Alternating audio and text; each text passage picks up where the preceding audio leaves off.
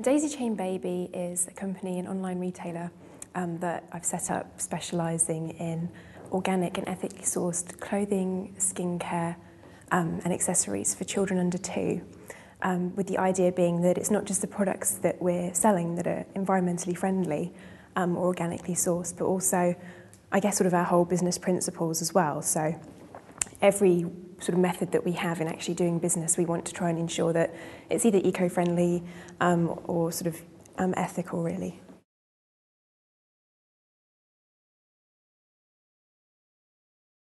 My budget was quite precise in terms of I knew, again with the sort of research that I did beforehand, I knew how much the stock was going to cost.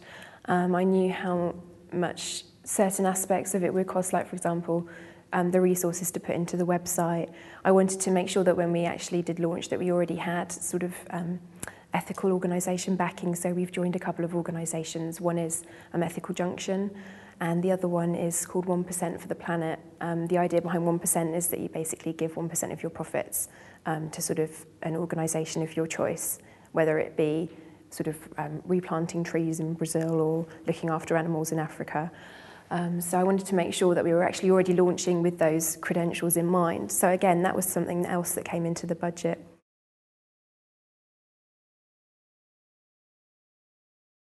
I started thinking about it sort of in the spring of this year.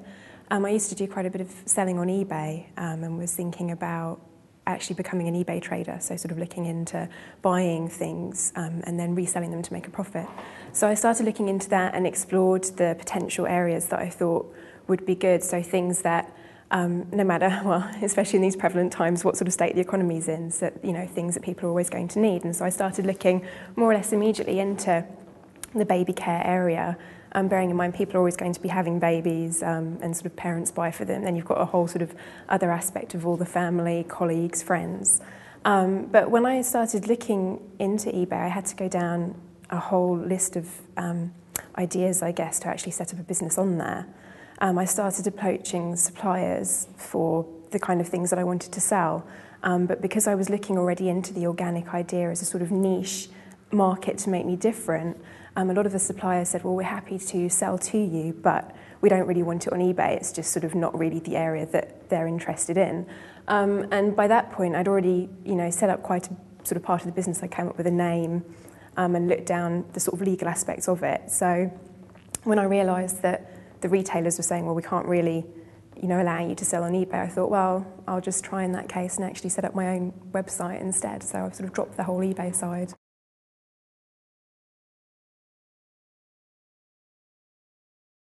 It is a risk setting up your own business, and I think for me it does have to be something that I am really interested in and that I do sort of feel passionate about, because if I didn't, then I wouldn't put as much enthusiasm and energy into it and be as dedicated. I think I could still do it, but I don't think the hopeful result would be the same, just because I wouldn't, might sort of be half-hearted and perhaps thinking about other things. But certainly in the last couple of months, it's been all I've been sleeping, eating, thinking, Daisy Chain Baby. So yeah, definitely for me, it's important to really care about what I'm doing.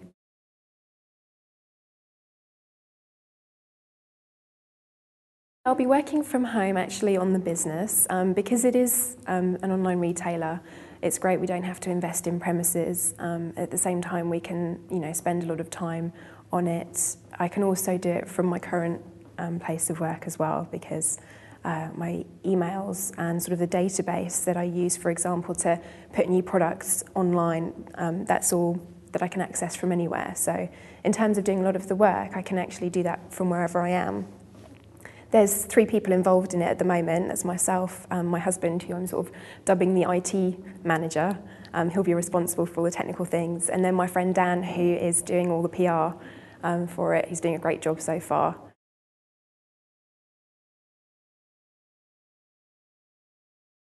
I always had a certain amount in mind that I didn't want to go over in terms of a budget. A lot of it has been savings that I already had. So I set a budget of £5,000 was what I had in terms of doing absolutely everything. So from sort of getting the logo created to getting our web hosting team on board to business cards to the launch, that's sort of what I absolutely wanted to spend, all the products as well. Again, because we are, sort of doing it online to begin with, we don't have to think about premises costs. So there's a lot of things that right from the start we were able to cut out. And again, we're not investing just yet in producing our own goods. We are going to be reselling the supplies that other people are making. So we've been able to make quite a few savings because we're buying wholesale that we're then reselling on.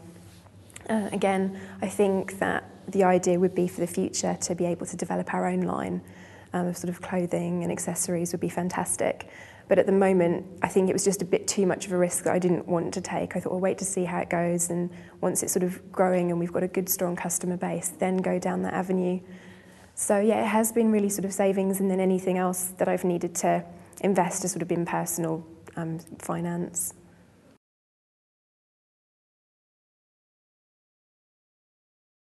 The British Library, who have got an absolutely fantastic resource for setting up business. I obviously knew that it existed, but I hadn't ever set foot in there, and then when I did, it was absolutely amazing, and I had sort of a quick tour of their business centre, and there they basically have, I guess, every sort of periodical and journal in just about every area that you could possibly be interested in. So they were a great resource, everything that I was looking to find out information about.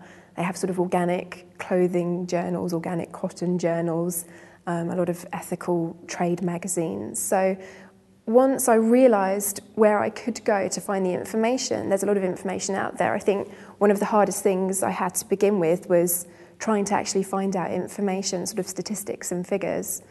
And I think that that's probably where a lot of other people may have difficulty too. So you perhaps know the area that you want to go into business, but actually finding out exactly the information that you need can be a little harder. So definitely the British Library were a fantastic resource as far as that goes.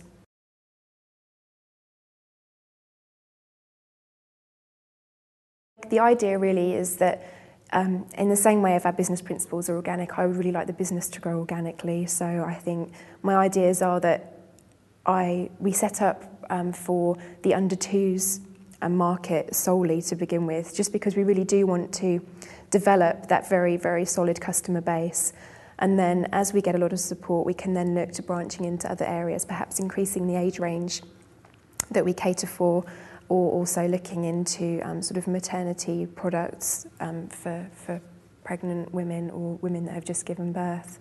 And I think that's the area that we want to look into. So it's very much a case of seeing how it develops, really, seeing how we grow. We've got a little bit of a budget in mind for promoting the business, so to do some more marketing. We can also bring some more products in. So we've already got plans in place really for the next sort of 2 or 3 months to show our customers that, they've come to us and they've given us their support, and we're not just going to sort of leave it there. We have got plans in place to sort of make sure that they can see that we're growing, and that if they keep coming back, we're going to keep having, different things for them to look at.